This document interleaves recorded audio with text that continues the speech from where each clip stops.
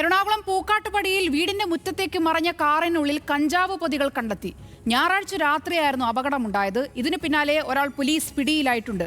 വാഹനത്തിലുണ്ടായിരുന്ന കഞ്ചാവ് വിൽപ്പനയ്ക്ക് എത്തിച്ചതാണ് എന്ന നിഗമനമാണ് പോലീസിനുള്ളത്. കഴിഞ്ഞ ദിവസം രാത്രിയിലായിരുന്നു സംഭവം. അതിവേഗത്തിലെത്തിയ വാഹനം നിയന്ത്രണം വിട്ട് 12 അടി താഴ്ചയുള്ള വീടിന് മുന്നിലേക്ക് മറിയുകയായിരുന്നു.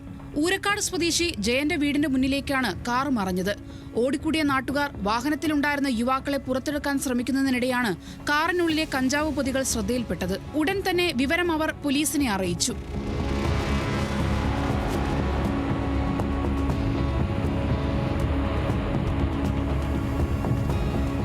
നാട്ടുകാർ പോലീസിനെ വിളിക്കുന്നത് കണ്ടതോടെ യുവാക്കളിൽ ഒരാൾ സംഭവസ്ഥലത്ത് നിന്ന് തടിതപ്പി.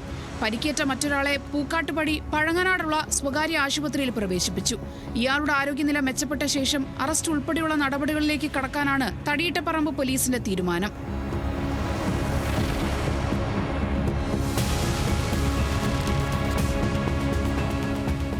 അപകടസ്ഥലത്ത് നിന്ന് കടന്നു കളഞ്ഞ യുവാവിനെ കണ്ടെത്താൻ പോലീസ് അന്വേഷണം ആരംഭിച്ചു കഴിഞ്ഞു.